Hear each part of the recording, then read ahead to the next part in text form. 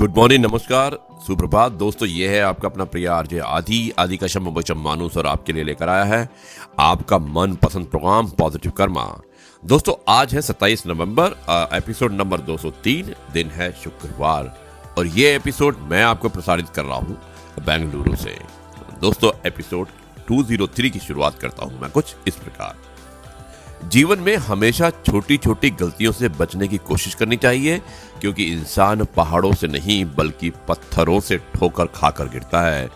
दोस्तों आरजे आदि का शम मुंबई का मानुस आपके लिए लेकर आया है पॉजिटिव कर्मा। दोस्तों आपने कहावत तो सुनी होगी, बंद मुट्ठी सवा लाख की, लेकिन ये कहावत क्या है इसके बारे में मैं आपको बताना चाहता हूँ। एक समय एक राजा ने राज्य में घोषणा की और घोषणा में उसने कहा कि वह राज्य के मंदिर में पूजा अर्चना करने की अमुक दिन जानने वाला है। इतना सुनते ही मंदिर के पुजारी ने मंदिर की रंग रोगन से सजावट शुरू कर दी। क्योंकि राजा आने वाला था, इस खर्चे के लिए उसने 6,000 का कर्ज ले लिया। डेट फिक्स हुई और राजा मंदिर में दर्शन पूजन अर्चना के लिए पहुंच गए और पूजा अर्चना करने के बाद आरती की थाली में 4 आने दक्षिणा स्वरूप रखे और अपने महल के लिए प्रस्थान कर गए। पूजा की थाली में 4 आने देखकर पुजारी बड़ा नाराज हुआ। उसे लगा कि राजा जब मंदिर आएंगे तो काफी दक्षिणा मिलेगी और उसके बदले में मिला क्या, सिर्फ 4 आने। दोस्तों बहुत दुखी हो चुका था वो पुजारी। उसने सोचा कि मैं अपना कर्ज कैसे चुकाऊंगा, जो उसने कर्ज लिया था उस मंदिर को सजाने के लिए। तो इसलिए उसने एक उपाय सोचा। उसने सोचा कि चलो मैं कुछ करता हूं, और गांव में ढिंढोरा पिटवा दिया कि राजा की दी हुई वस्तु को वो नीलाम कर रहा है। नीलामी पर उसने अपनी मुट्ठी में जो 4 आने रखे और मुट्ठी बंद रख दी, किसी को दिखाई नहीं। जो 4 आने राजा ने दिए थे वो उसने अपनी मुट्ठी में रख लिए और उसने किसी को मुट्ठी नहीं दिखाई, जिससे कि खोलेगा तो वो दिख जाएगी। लोग समझे कि राजा की दी हुई जो वस्तु है वो बहुत मूल्यवान होगी, बहुत अमूल्य होगी। इसलिए बोली की शुरुआत 10,000 रुपए से शुरू हुई। दोस्तों 10,000 की बोली बढ़ते बढ़ते 50,000 तक पहुंच गई और पुजारी ने वो वस्तु फिर भी देने को मना कर दिया। अब किसी तरह ये बात राजा के कानों तक पहुंच गई। राजा ने अपने सैनिकों से पुजारी को बुलवाया और पुजारी से उसने आग्रह किया, यानी कि निवेदन किया कि वो मेरी वस्तु को नीलाम ना करे। मैं तुम्हें 50,000 रुपए के बदले 1.25 लाख रुपए देता हूं। और इस प्रकार राजा ने 1.25 लाख रुपए देकर अपनी प्रजा के सामने अपनी इज्जत को बचा लिया। तो दोस्तों तब से ही ये कहावत शुरू हुई है या बनी है कि बंद मुट्ठी 1.25 लाख की, और ये मुहावरा आज भी प्रचलित है। दोस्तों ये है आपका अपना प्रिय आरजे आदि का शम मुंबई मानुस और आपके लिए लेकर आया है आपका मनपसंद program positive karma, episode number 203, दिन है शुक्रवार और 27 नवंबर। भरोसा हो तो चुप्पी भी समझ आती है, अन्यथा शब्दों के भी गलत अर्थ निकाल लिए जाते हैं।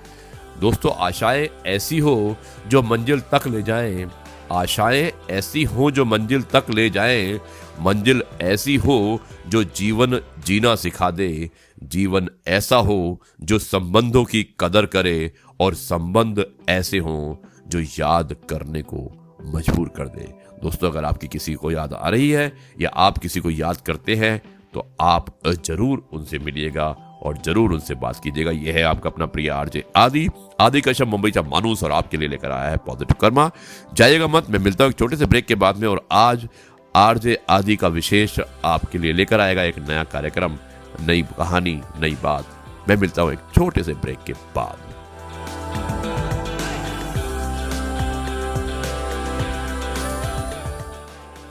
दोस्तों एक बार फिर आपका अपना प्रिय आरजे आदि का शम मुंबई का मानुस और आपके लिए लेकर आया है आपका मनपसंद प्रोग्राम पॉजिटिव कर्मा। अब मैं आपको सुनाता हूं आज के कार्यक्रम का एक विशेष, जो विशेष है जिसका नाम रखा है आरजे आदि विशेष, कुछ अलग हो जाए। उसके अंतर्गत मैं आपको सुनाता हूं एक कहानी जिसका नाम है आंतरिक अनुभूति। दोस्तों शुरुआत करता हूं इस कहानी की। एक विद्वान साधु थे जो दुनियादारी से दूर रहते थे। वो अपनी ईमानदारी, सेवा और ज्ञान के लिए बड़े प्रसिद्ध थे। एक बार वो पानी के जहाज से लंबी यात्रा पर निकले। उन्होंने यात्रा में खर्च के लिए पर्याप्त धन तथा एक हीरा संभाल कर रख लिया। ये हीरा किसी राजा ने उन्हें उनकी ईमानदारी से प्रसन्न होकर भेंट किया था। सो वे उसे अपने पास ना रखकर किसी अन्य राजा को देने जाने के लिए यात्रा कर रहे थे। दोस्तों, यात्रा के दौरान साधु की पहचान दूसरे यात्रियों से हुई। वे उन्हें ज्ञान की बातें बताते गए। एक फकीर यात्री ने उन्हें नीचा दिखाने की मंशा से उनसे नजदीकियां बढ़ा दी। दोस्तों, एक दिन बातों बातों में साधु ने उसे विश्वास पात्र अल्लाह का बंदा समझकर हीरे की झलक भी दिखा दी। उस फकीर को और लालच आ गया। उसने उस हीरे को हथियाने की योजना बनाई और रात को जब साधु सोने के चला गया तो उसने उसके झोले और उसके कपड़े यानी कि वस्त्रों में हीरा ढूंढा, पर उसे नहीं मिला। अगले दिन उसने दोपहर की भोजन के समय साधु से कहा कि भाई, इतना कीमती हीरा आप रखते कहां पर हो? आपने संभाल के तो रखा है ना? साधु ने अपने झोले से निकाल कर दिखाया कि देखो, ये इसमें ही रखा हुआ है। हीरा देखकर फकीर को बड़ी हैरानी हुई कि ये उसे कल रात क्यों नहीं मिला। आज रात फिर प्रयास करूंगा, ये सोचकर उसने दिन काटा और शाम होते हुई तुरंत अपने कपड़े टांग कर सामान रखकर स्वास्थ्य ठीक ना ही होने का बहाना करके वो जल्दी सो गया। दोस्तों, निश्चित समय पर संध्या पूजा अर्चना की। उसके पश्चात जब साधु कमरे में आए तो उन्होंने फकीर को सोता हुआ पाया। सोचा आज स्वास्थ्य ठीक नहीं है, इसलिए फकीर बिना इबादत किए जल्दी से सो गया होगा और उन्होंने भी अपने कपड़े और झोला उतार कर टांग दिया और वो सो गए। आधी रात को फकीर ने उठकर फिर साधु के कपड़े और झोला झाड़कर देखा, पर उसे हीरा इस बार फिर नहीं मिला। अगले दिन उदास मन से फकीर ने साधु से पूछा कि इतना कीमती हीरा संभाल कर तो रखते हो ना, कहाँ रखते हो? बाबा, बहुत चोर लोग हैं, आपने संभाल के तो रखा होगा हीरा। साधु ने फिर अपनी पोटली खोलकर दिखाई और उसने कहा, देखो, ये रहा हीरा। अब हैरान परेशान फकीर के मन में जो प्रश्न था उसने साधु से खुलकर कह दिया। उसने साधु से पूछा कि मैं पिछली 2 रातों से आपकी कपड़े और झोले में इस हीरे को ढूंढता हूं, मगर मुझे नहीं मिलता। ऐसा क्यों? रात को यह हीरा कहां चला जाता है? साधु ने जवाब दिया, मुझे पता है कि तुम कपटी हो। तुम्हारी नीयत इस हीरे पर खराब थी और तुम इसे हर रात अंधेरे में चोरी करने का प्रयास करते थे। इसलिए पिछले 2 रातों से मैं अपना ये हीरा तुम्हारे ही कपड़ों में छुपा कर सो जाता था और प्रातः उठते ही तुम्हारे उठने से पहले इसे वापस निकाल लेता था। व्यक्ति अपने भीतर नहीं झांकता, नहीं ढूंढता, दूसरे में ही सब अवगुण और दोष देखता है। तुम भी अपने कपड़े नहीं टटोलते थे। फकीर के मन में यह बात सुनकर और ज्यादा ईर्ष्या और द्वेष उत्पन्न हो गया।